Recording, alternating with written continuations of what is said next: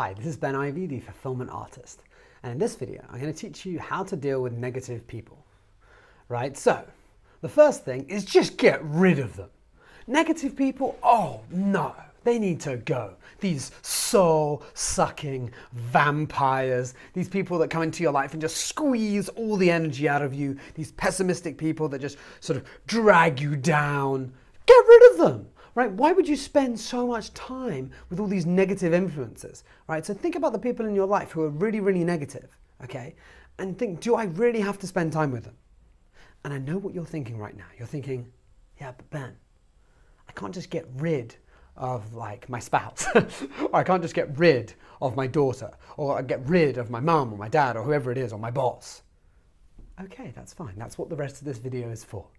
Okay, but what I want us to focus on to begin with is if there's any negative influences that you have in your life, they don't have to be there, right? I would really recommend removing them. You should be really aware about your environment and who you allow into your sort of circle of influence, right? Because you're the average of the 5 people you spend most time around. So if those people are negative, they're going to affect your thoughts, whether you're aware of it or not, because a lot of stuff is going in unconsciously. And you're going to start forming behaviors and reacting in a certain way, and you're going to be like, why did I do that? And it's very, very, very interesting. So with that said, let's look on to how can you deal with people that you can't just get rid of. Get a steak and garlic and like kill those vampires. Instead, right, how do we actually deal with the other negative people in our life? Number one, you can't change them, okay? So often we have this perception that, oh no, I can change them, and you want to be a hero. Right? And that's okay. You can't change them. Right? You can influence them, right? But you can't change them. So when you come to accept that you can't change them, right? Then you can begin to really say, okay, well, you know, that's fine. That's the way they are. I can't actually change them, right? And once you accept that you can't change them, then you can move on to influencing them and then doing other things. The last thing I want to say on that is sometimes we try and influence people and force them to see from our points of view, right? So you're going to say, oh, well, I don't agree with you on that because of this. And then you just have your points of view and then you get stuck, right? And then what happens is you start making these generalizations, right? And that's the second point. Understand generalizations. So generalizations is where you start saying things about someone which isn't really true. Like you say, oh, my friend, I don't know, Laura, she's always angry. Always. I'm like, always? Really? She wakes up angry, she goes to sleep angry, she's angry when she drinks, angry when she sleeps, angry when she eats. You know what I mean? Like, it's not always, but when we start using these generalizations, what happens is we program our mind to think in a certain way. So be very, very careful when you use these generalizations with these people around you. Because I'm guessing if you've got these negative people that you can't sort of get rid of and move away from, they're going to be most likely maybe family members or people that have some sort of family connection to you, or maybe they're work colleagues. So how do you move forward from this? Well, first of all, be aware of the generalizations that you use. Because once again, if you're looking through that lens of always, that's all you're going to see. So you need to give them some benefits of the doubt and say, okay, well, they're not always like that. Right? There are some times where they're better, and then you can start focusing on the other aspects of you. Next, they are that way for a reason. They are that way for a reason. And I really want you to get that, because sometimes we look at someone and we're like, oh my God, how could they possibly be like that? I would never be like that. And really, that's not true. Because if you had gone through all of their experiences, been raised by like however they've been raised, and had all those traumas and things in their life, you'd be a very different person. In fact, you would be that exact same person if you had been through exactly what they've been through. You're going to say, no, but I just want you to notice what's coming up and just allow yourself to say, okay, all right, there's a chance that is the case. Next is understand their interests. So when you're dealing with negative people, often they're negative about certain things, but they have things that they are interested in.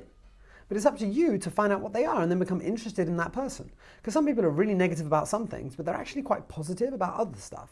And if you start to understand their interests, then you can have topics of discussion with that person, which isn't always negative, right? You focus on the positive aspects. Let's say they talk about their job and they're like, oh, my job sucks. And then instead you go, okay, well, how's your dog? Oh, my dog is amazing. Oh, let me show you photos, right? And then you can have pleasant conversations instead of negative ones. So really get to actually know them and understand their interests instead of just focusing on yourself and wanting to speak about what you like.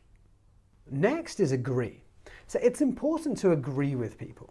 Sometimes we have a point of view and we feel that we sort of have to get our point of view across. But this is what I'll say. If it doesn't change more than 10% of the outcome, forget it. I mean, it doesn't really matter. But sometimes we feel, no, they need to know. They need to know my opinion. You know, that's just your ego talking, right? You just want to feel like you're having that input. Instead, just agree with them. Say, yeah, I agree. And if you're saying, well, I don't agree, just say, yeah, I agree. That's how you think, right? If they think, oh, I think you're wrong, just say, I agree. You do think that way. You know what I mean? Like it's like a white lie, but you're not lying. It's just quite interesting to use. So, you know, agreeing with people is a great way for them to be like, oh, okay. And they sort of let go of all that defense that they were holding on. Because often with negative people, we sort of build our defenses and then we feel that people are attacking each other. So as soon as you start agreeing with someone, then it really allows them to let go and then move through whatever they're feeling, and then you can get to a more positive space. The next thing is recruit help, right? If there's someone that you really don't like dealing with, you can't deal with it, like recruit help. Get people that you know to come who are a positive influence, or I don't know, get them like a therapist or a coach or a counselor or whatever it is, right? Actually recruit someone to sort of help them through their problems. Sometimes we want to coach other people and we want to be that advisor when not asked, and we're sort of forcing our advice on people. So sometimes it's better to get a third party to come in and allow them to do it as opposed to you. And the last thing, probably the most important, is what relationship do you want to have? Right? What relationship do you actually want to have with this person? Do you want to speak to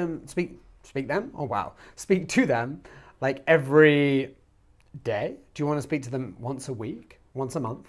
Like really clarify what type of relationship you want with this person. Is this someone that you're going to see to, you know, once a year? It's not a big deal. And you can just, okay, when I see them. Yeah, they're going to be a bit negative. Not much I can do. It's fine. But clarifying that relationship is really important. So think about those negative influences or people that you have in your life and think about, okay, well, how often do I really want to see them in a year, right? Or in a month or in a week? And giving yourself that clarity will then help you move forward with these other points that I said. And then you can start actually doing them and moving your life forward.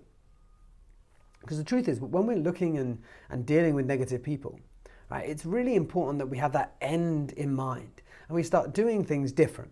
Because once again, if you keep doing the same things that you're doing, you're going to keep getting the same results. So you pick at least, I don't know, 1 or 2 of these points that I've mentioned and then start applying it, see the result, and then you can always come back to this video, look at the other points and then start applying them as well. With that said, I hope you enjoy the video. I hope that you can get much more positive influences in your life, and I hope that you can really start to move your life forward and live an absolutely phenomenal life. So with that, thank you for listening, and I'll speak to you very soon.